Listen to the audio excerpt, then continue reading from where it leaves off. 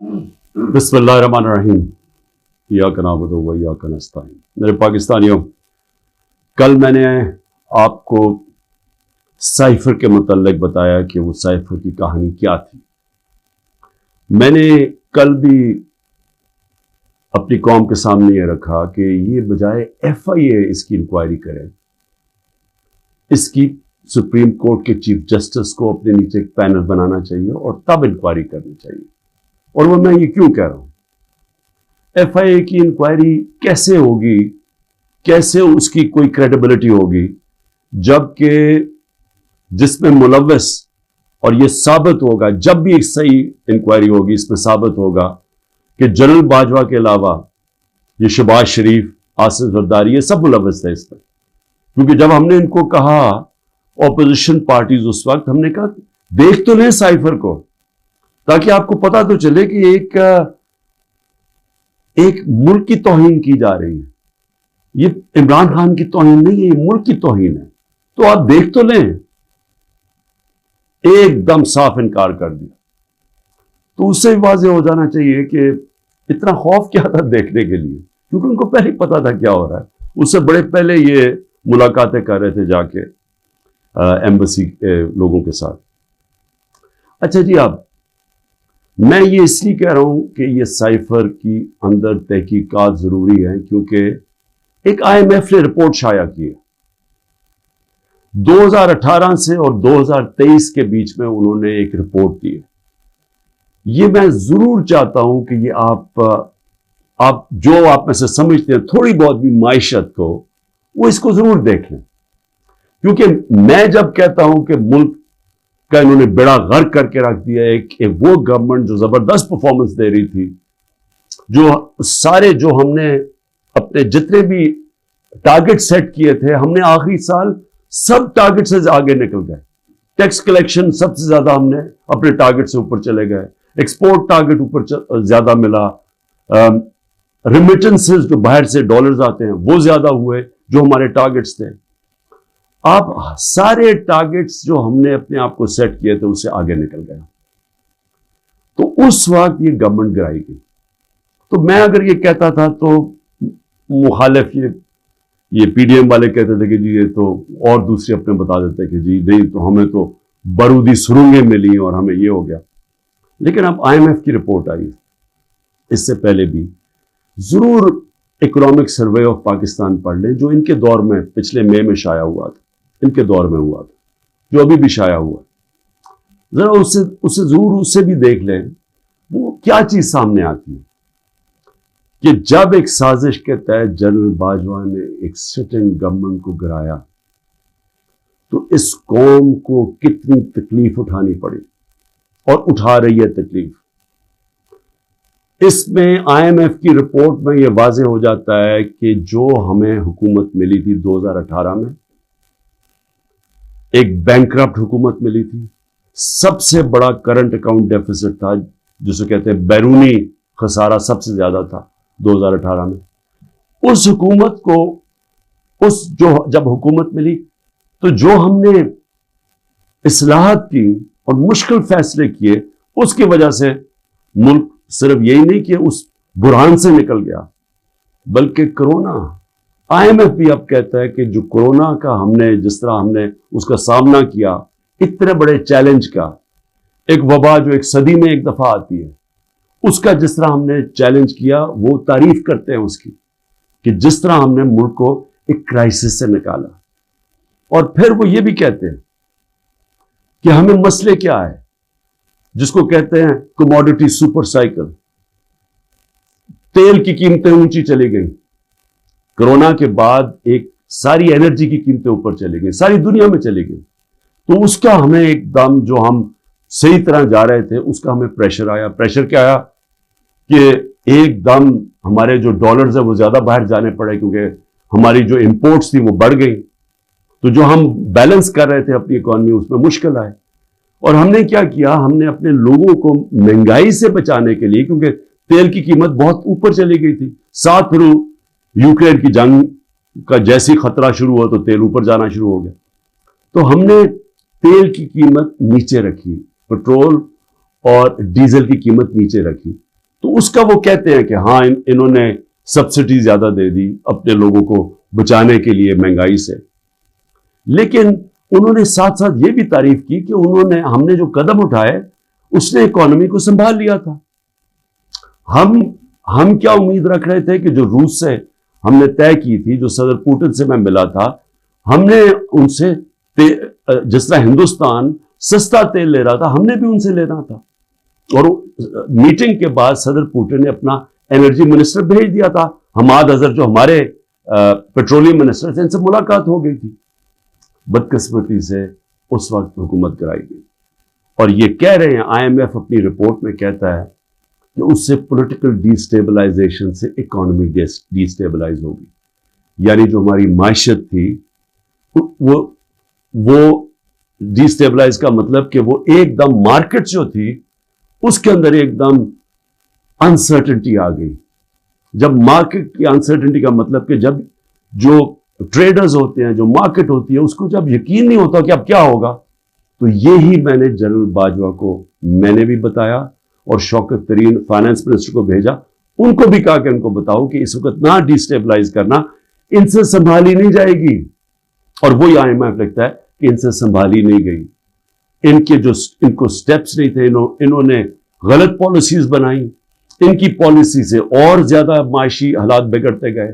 اور وہی I am F لکھتا ہے کہ پاکستان کے لیے پچھلے 14 مہینے بڑے تکلیف دہ گزرے۔ تو یہ تو میں کہہ رہا تھا تب سے، اور یہ میں بڑی دیر سے لگا ہوا تھا کہنے کہ یہ جو بھی یہ رجیم چینج کیا، جو سازش کی گئی، اس کی قیمت تو پاکستانی قوم نے اٹھائی، تکلیف تو اب لوگوں کو ہو رہی ہے۔ جب ہمیں انہوں نے ہٹایا تھا تو مہنگائی 12.4% تھی، جس کے اوپر شور مچ گیا، مہنگائی مارچ ہو گئی، ہر قسم کا میڈیا کے اوپر شور، پبلک میں وہ میڈیا والے جو باقاعدہ عوام میں نکلتے تھے جی چیزیں بڑی مہنگی ہو گئی، دنیا میں چیزیں مہنگی ہو گئی تھی، انٹرنیشنل کموڈیٹی سپر سائیکل تھا، دنیا میں انرجی کی قیمتیں اوپر چلے گئی، مہنگائی دنیا میں آ گئی۔ 1970 کے بعد دنیا میں سب سے زیادہ مہنگائی آئی کرونا کی وجہ سے، اس کے باوجود 12.4% پہ ہماری مہنگائی تھی، اور پچھلے مہینے 38% پہ پہنچ گئی تھی مہنگائی، اب تھوڑی کم ہوئی ہے۔ اور مہنگائی کم ہونی چاہیے اس لیے کہ دنیا میں تیل کی قیمت اور انرجی کی قیمت نیچے آ گئی ہے، کموڈیٹیز دنیا کے اندر 35% ان کی قیمت نیچے آ چکی ہے جب ہماری حکومت تھی۔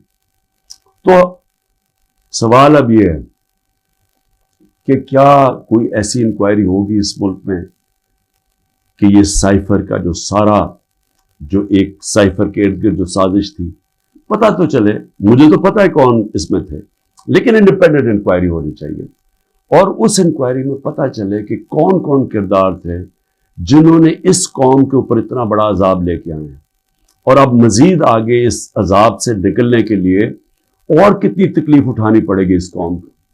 اور اس کے لیے میں پھر سے کوشش تو کرتا ہوں کہ ہمارے چیف جسٹس صاحب کو اس کے اوپر سوچنا چاہیے کہ وہی ایک انکوائری کر سکتے ہیں، کیونکہ یہ حکومت تو کرنے نہیں دے گی، اور نہ ہی مجھے افسوس سے کہنا پڑتا کہ ہماری اسٹیبلشمنٹ یہ کرنے دے گی، کیونکہ اس کے اندر ملوث ہیں جو جنرل باجوہ، اور انہوں نے جو جس طرح یہ پوری 6 مہینے پہلے سے جو پلان بن رہا تھا گرانے کا، اب تو خیر خواجہ آصف کہہ رہے ہیں کہ 2021 سے ہی پلان بنایا ہوا تھا جنرل باجوہ نے ہماری حکومت گرانے کا، تو لیکن اب ذرا ان سے بھی سوال پوچھنا چاہیے کہ آپ نے ہمیں جب گرا کے ان کو لے کے آئے جن لوگوں کو، تو کیا آپ کو اعتماد تھا کہ یہ اس ملک کو اٹھا لیں گے؟ 30 سال سے جو حکومت کر رہے تھے، اور ان کے دور میں کوئی مجھے سنہری دور بتا دے کہ جب انہوں نے کوئی معیشت میں بڑی ترقی کروائی ہو، کوئی مجھے پتہ چل جائے کہ انہوں نے کون سا وہ کیا 99 میں جب چھوڑ کے گئے تھے نون لیگ، تو ذرا بتائیں کہ کیا وہ معیشت کے حالات آپ کو پتہ تھے؟ یہ ساکھدار تھے، وہ بینکرپٹ کر کے چھوڑ کے گئے تھے، اور پھر اب یہ آئی ایم ایف کہہ رہا ہے کہ جو 2018 میں یہ چھوڑ کے گئے تھے پاکستان، وہ خود کہہ رہے ہیں کہ وہ تحریک انصاف نے بڑے زبردست مشکل فیصلے کر کے ملک کو اس سے نکالا، تو کیا کوئی ذمہ داری اٹھائے گا اس کی کہ جب اتنی بڑی طاقت ہو جاتی ہے کسی کے پاس تو کیا اس کو پھر ذمہ داری نہیں لینی چاہیے جبکہ وہ طاقت کا غلط استعمال کرتا ہے؟ اور یہ ہی انکوائری میں چیزیں آنی چاہیے. کیوں؟ کہ آگے سے ایسی غلطیاں نہ ہوں کہ آگے سے کوئی ایک آدمی خود ہی فیصلہ بند کمرے میں فیصلے کر کے ملک کو اس طرح مشکلات میں نہ ڈالے. اب میں جو دوسری چیز کہنا چاہتا تھا وہ یہ کہ اس وقت ایک ظلم کی انتہا، ایک ظلم کا ایسا نظام چل رہا ہے جس کی میں سمجھتا ہوں انتہا ہے. سب سے پہلے تو میں جو خواتین اس وقت جیلوں میں ہیں، میں سوال پوچھنا چاہتا ہوں کہ انہوں نے کون سا جرم کیا؟ کیا پاکستان کا آئین پرامن احتجاج کی اجازت نہیں دیتا؟ کہیں آئین میں لکھا ہوا ہے کوئی نو گو ایریاز ہے؟ کہیں پاکستان کے آئین میں لکھا ہوا ہے کہ اگر کسی سے کوئی سمجھے کہ ناانصافی ہوئی ہے ان سے تو کیا وہ کوئی ایسی ایریاز ہے جدھر وہ احتجاج نہیں کر سکتے؟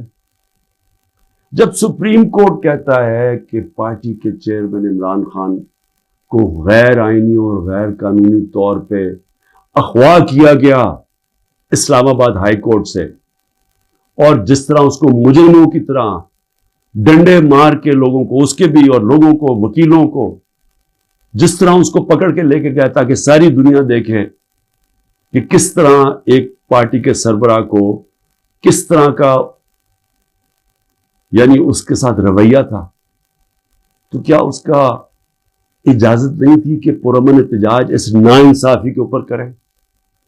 اور جب رینجرز اٹھا کے لے کے گئے تو کدھر احتجاج کرنا تھا؟ وہی نا کنٹونمنٹس میں کرنا تھا، جی ایچ کیو کے سامنے کرنا تھا، اور کدھر جا کے کرتے؟ تو میں سوال یہ پوچھتا ہوں اس میں جرم کیا تھا؟ جرم جو تھا جو جلائے ہیں، جرم تھا کور کمانڈر کے گھر کو آگ لگانا، یہ جرم تھا. جرم وہ تھا جو عسکری ٹاور جلائے گئے ہیں اور جدھر جدھر بھی جلائے گئے ہیں، وہ جرم تھا. اب میرا سوال یہ ہے کہ کیا اس جرم میں 10,000 لوگ شریک تھے؟ کیا 50-60 لوگ ہوں گے جنہوں نے جا کے جلایا؟ میرا اگلا سوال یہ ہے کہ یہاں سی سی ٹی وی کیمراز ہیں، کیوں نہیں سی سی ٹی وی کیمراز کی فوٹیج سامنے آئی کہ وہ کون لوگ تھے جو پہلے گئے ہیں، کن لوگوں نے آگ لگائی؟ کیا اتنا مشکل ہے اس کو ڈھونڈنا؟ یا سیف سٹی کے کیمراز ہیں، کیا سیف سٹی کے کیمراز نہیں بتا سکتے ہمیں کہ وہ کون لوگ تھے؟ کیونکہ ہم سب چاہتے ہیں کہ ان کو سزا ملے، لیکن اس کی آڑ لے کے یہ کرنا کہ پوری پارٹی کے پیچھے پڑ جانا، جدھر پارٹی کے لوگ ہیں ان کے اوپر، ان کے گھروں میں گھس جانا، نہ ان کی عورتوں کو دیکھنا، نہ بچوں کو دیکھنا، نہ رشتہ داروں کو دیکھنا، جو آئے تو اسے پکڑ کے جیلوں میں ڈال دیں. پولیس کو فری ہینڈ دے دیا ہے کہ اچھا جی آپ کی وہ جیو فینسنگ میں آپ کا آ گیا ادھر تو چلو جی آپ کو پکڑ کے ہم جیل میں ڈال رہے ہیں، لیکن اگر آپ پیسے دے دیں گے اتنے تو ہم آپ کو جیل میں نہیں ڈالیں گے. ریٹس لگی ہوئی ہیں، 15 لاکھ سے شروع ہوتے ہیں، کسی کو 10 لاکھ میں بلیک میل کیا جاتا ہے، کسی کو 5 لاکھ میں. اپنے ملک کی ہم پولیس کی تباہی کر رہے ہیں یہ حرکتیں کروا کے. کوئی انڈیپینڈنٹ انویسٹیگیشن ہوگی اس کے اوپر؟ کیا عسکری ٹاورز کے اندر نہیں ہم بتا سکتے؟ ایک انڈیپینڈنٹ صحافی کی پوری سٹیٹمنٹ آئی ہوئی ہے کہ وہاں کیا ہوا، اس میں پی ٹی آئی والے نہیں تھے عسکری ٹاور. ایک پتا چلے کہ ریڈیو پاکستان پشاور کس نے جلایا تھا، اس کے اوپر کوئی انویسٹیگیشن ہونی چاہیے. کیوں نہیں ہوئی ابھی تک؟ میرا سوال یہ ہے کہ کیوں نہیں ابھی تک آئی جی پنجاب اس سے کیوں نہیں پوچھا گیا کہ کیوں پولیس وہاں نہیں پہنچائی کور کمانڈر ہاؤس؟ کیوں اس سے نہیں پوچھا جا رہا؟ جب یہ ہوا تھا امریکہ کے اندر کیپٹل ہل، ان کی پارلیمنٹ کے اوپر جب ڈونلڈ ٹرمپ کے لوگوں نے دھلا بولا تھا تو سب سے پہلے پولیس چیف کی خبر لی گئی تھی. اور مجھے یہ پھر سے میں پوچھنا چاہتا ہوں کہ یہ جو عورتوں کو پکڑا ہوا ہے، ہماری اسٹوڈنٹس پکڑے ہوئے ہیں، لوگوں کو جیلوں میں ڈالا ہوا ہے، برے حالات میں رہ رہے ہیں، جو خبریں آ رہی ہیں باہر، کیا کیا ان سے ہوا ہے، وہاں کتنوں سے تشدد ہوا ہے، ان سے اپروور بنانے کے لیے کیا کیا ان کے اوپر ہر قسم کا ظلم کیا گیا. کہ یا کہہ دو کہ عمران خان نے کہا تھا وہاں جا کے تو فائلیں جلا دینا کور کمانڈر ہاؤس میں، کور کمانڈر ہاؤس کو بھی آ گیا، فائلیں جلا دینا. ایک یہ کسی کی 164 کا بیان آئے. اس میں کوئی عقل ہے کہ کیا فائلیں پڑی ہوئی کور کمانڈر ہاؤس؟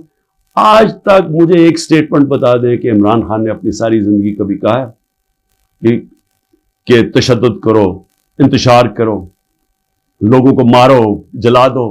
ایک میری سٹیٹمنٹ بتائیں 27 سال میں. 126 دن کا دھرنا تھا، پاکستان کی تاریخ کا سب سے زیادہ پروٹیسٹ تھا، لمبا. بتائیں اس کے اندر کچھ کیا؟ توڑ پھوڑ کی، کچھ جلایا؟ آتے تھے اپنا دھرنا، اب تقریریں کر کے واپس چلے جاتے تھے، شعور لوگوں کو دیتے تھے.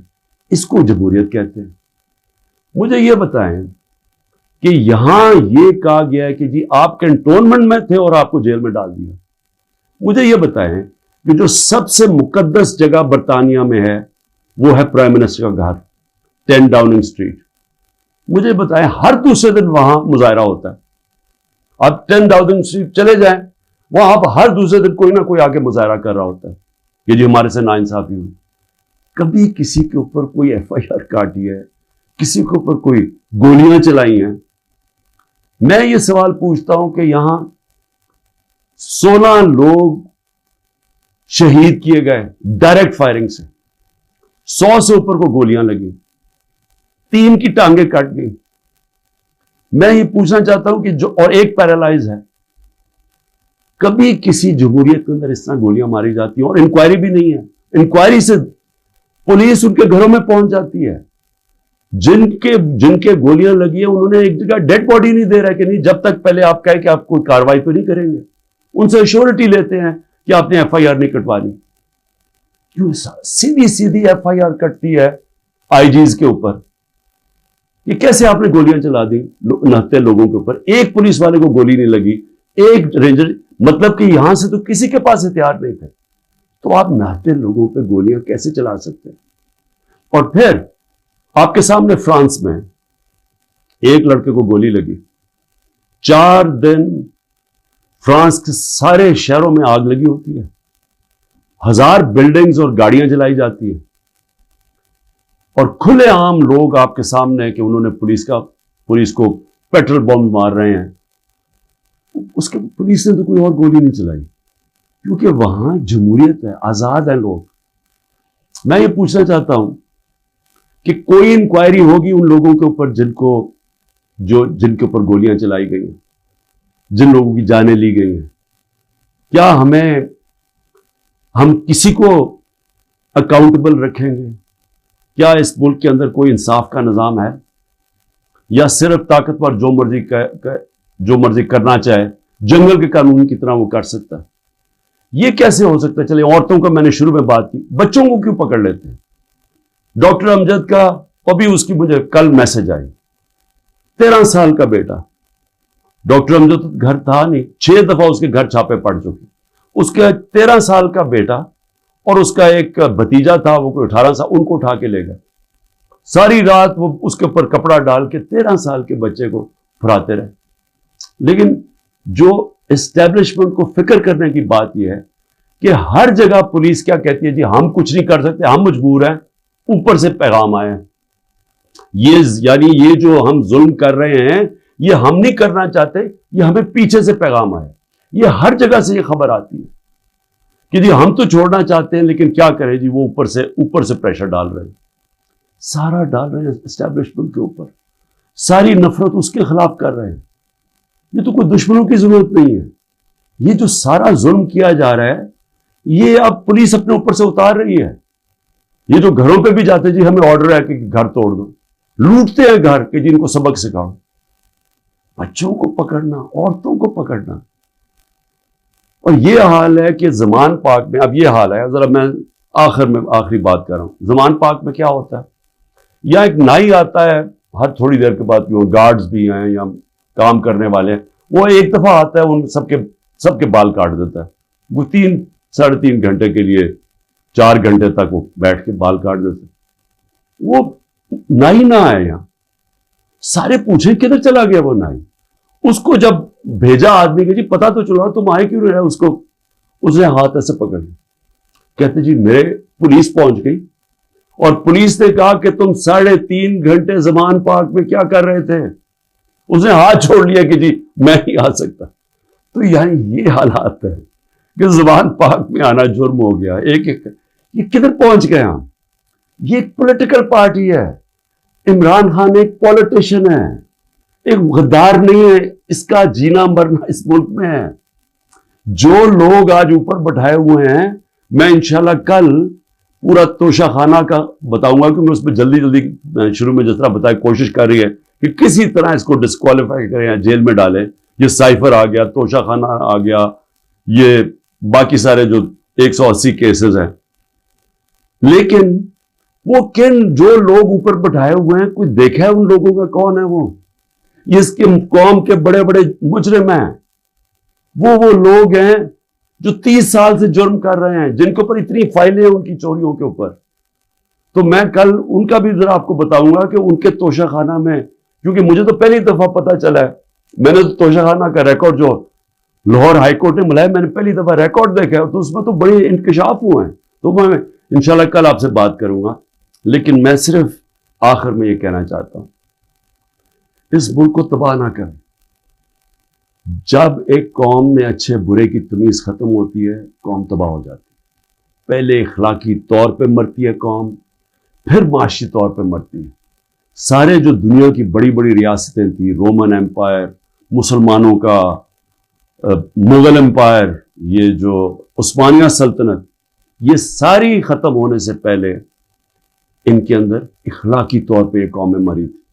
اس کے بعد یہ ختم ہوئے تھے, ملک ٹوٹے تھے.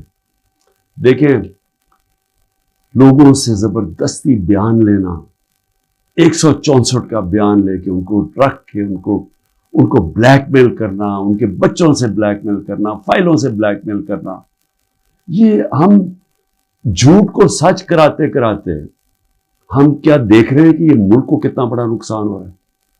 اور مجھے صرف یہ فکر پڑی ہوئی, سب چیز کے لیے میں تیار ہوں. میں بار بار, مجھے پتا ہے کہ انہوں نے پوری کوشش کرنی ہے کہ کیئر ٹیکر آنے سے پہلے اس کو جیل میں ڈالیں, میں اس کے لیے تیار ہوں. لیکن کیا ملک کا ہم سوچ رہے ہیں؟ وہ نہیں سوچ رہے جن کے سارے ڈالرز باہر پڑے ہوئے ہیں. سوچ ہمیں, ہماری طرح کے لوگوں کو سوچنا چاہیے جن کا جینا مرنا پاکستان میں. پاکستان زندہ باد.